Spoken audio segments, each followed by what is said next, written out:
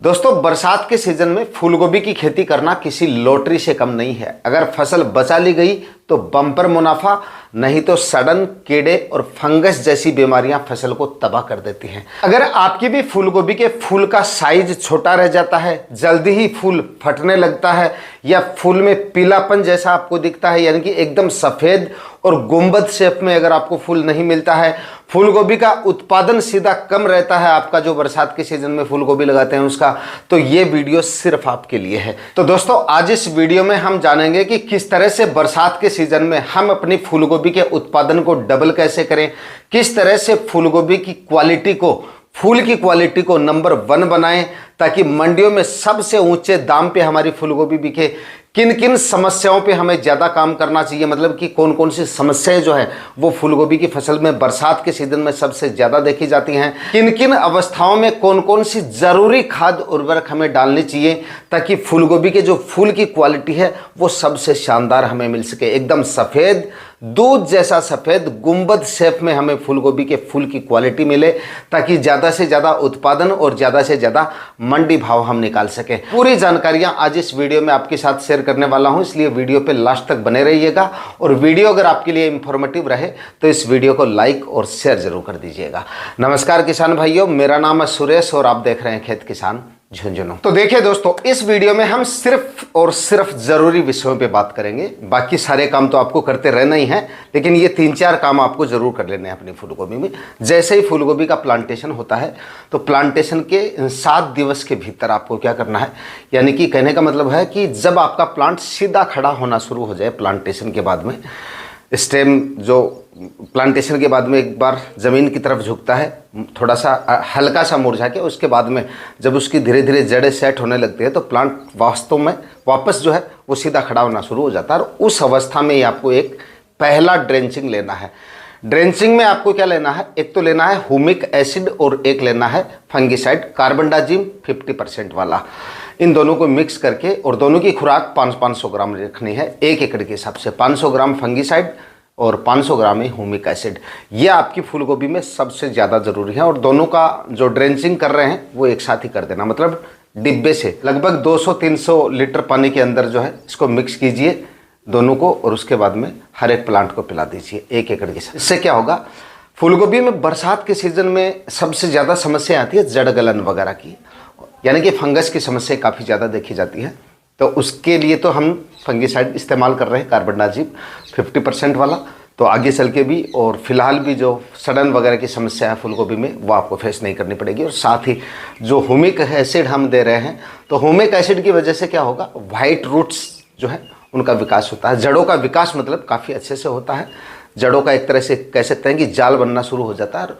फूलगोभी में जड़ों का विकास जितना अच्छा होगा, जितना शानदार होगा, उतना ही अच्छा रिजल्ट आपको आगे चल के मिलेगा। उसके बाद आपको क्या करना है, उसके बाद में जैसे ही आपकी फूलगोभी की फसल 20 से 25-30 दिन की अवस्था में आती है, जब उसमें खरपतवार निकलना शुरू हो जाता है, उस समय पे उसमें निराई गुड़ाई और मिट्टी चढ़ाने का काम आपको करना है।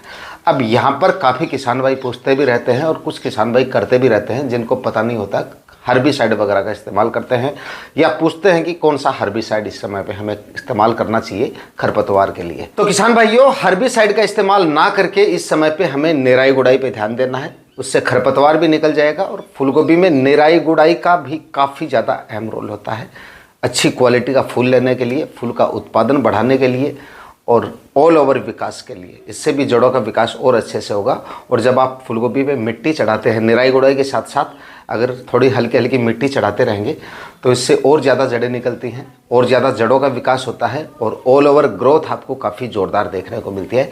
निराई गुड़ाई के साथ ही आपको एक ज़रूरी खुराक और दे देनी है। इस समय पे आप बेसल डोज में आपने क्या क्या दिया है उसके लिए हम अलग से वीडियो कर चुके हैं, तो वो अलग चीज़ है। फिलहाल आपको एक और खुराक देनी है। एक तो आपको यूरिया खाद यहाँ पे लेना है और यूरिया खाद की मात्रा ध्यान यही रखना है, सावधानी यही रखनी है कि यूरिया खादों का इस्तेमाल कम से कम और ज़रूरत के हिसाब से ही करना है।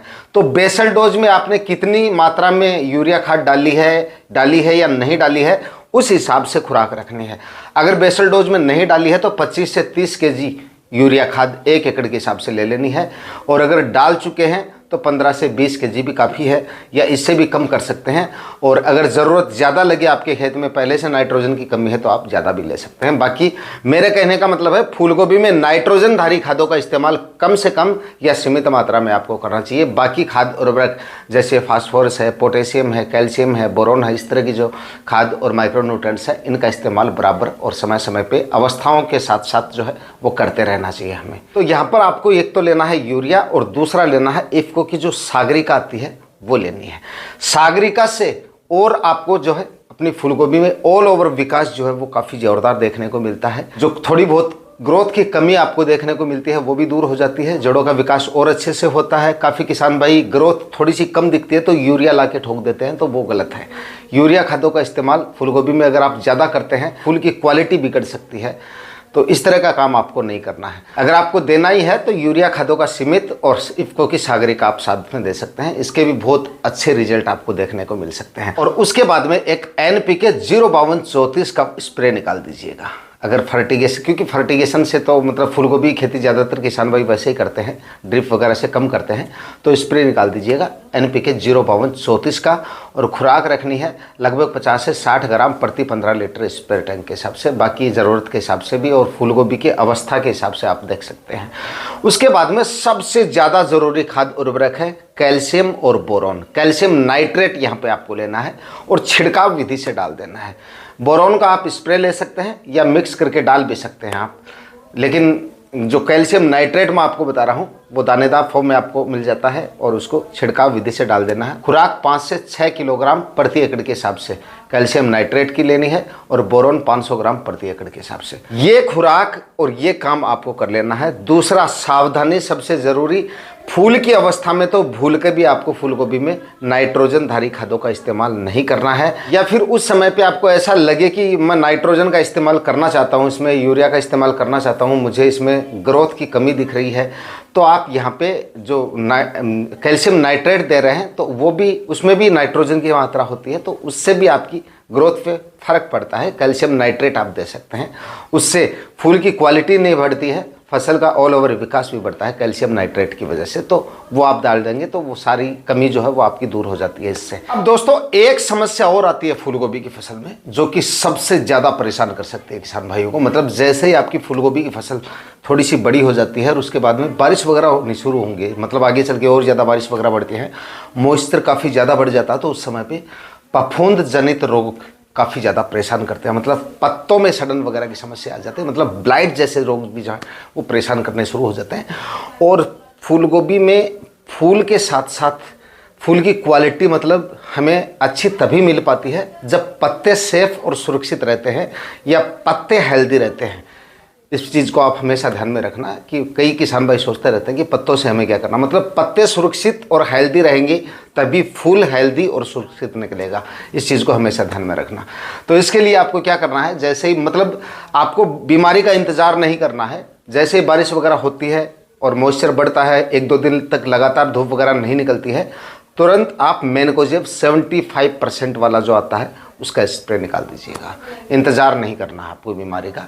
और अगर बीमारी बढ़ जाती है, किसी किसान भाई ने ध्यान नहीं दिया या ये स्प्रे निकालने के बावजूद भी थोड़ा गैप लग गया, मॉइस्चर ज़्यादा बढ़ गया, बारिश वगैरह ज़्यादा हो जाती है, इस तरह की समस्या आ जाती है, तब आप ले सकते हैं यहाँ पे हेक्साकोनाजोल 5% में आपको फंगिसाइड मिलता है, किसी भी कंपनी का आप ले सकते हैं, मैं 60 बता रहा हूँ आपको, उसका स्प्रे निकाल दीजिए।